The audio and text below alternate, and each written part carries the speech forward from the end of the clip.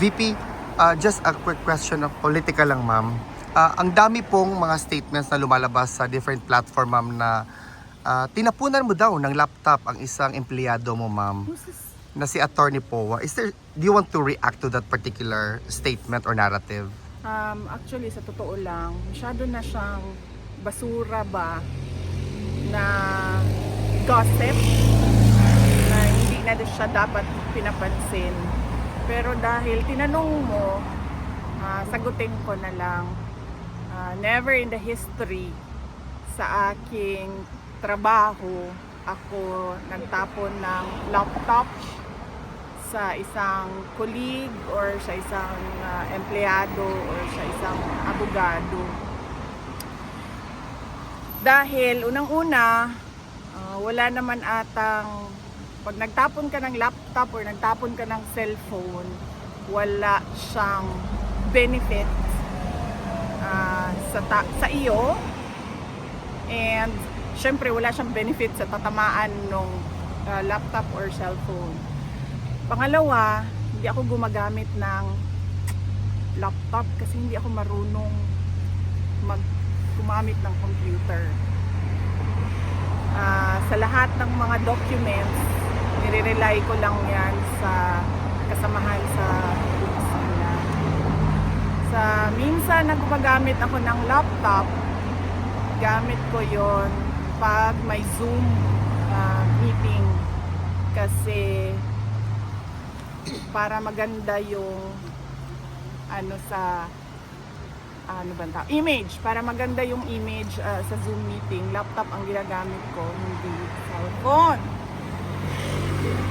Sunod ay yung laptop ko, personal ko siya na laptop, binili ko siya, mahal siya, and hindi ko siya itatapon basta-basta kasi nasisira siya at magastos bumili ng bagong laptop. Kasi tinatanong nyo bakit private yung laptop ko, hindi ma-afford ng gobyerno yung gusto ko na laptop. So nagpabili ako ng laptop, sabi ng mga tao sa gobyerno hindi daw nila ma-afford yung laptop ko. So bumili ako sarili ko laptop.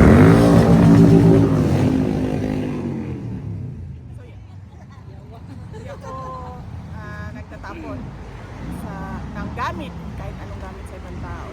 And pangalawa, hindi ko tatapon yung laptop ko dahil personal ko yun. Pag nasira yun, ako din yung gagasto sa bibili ng bago.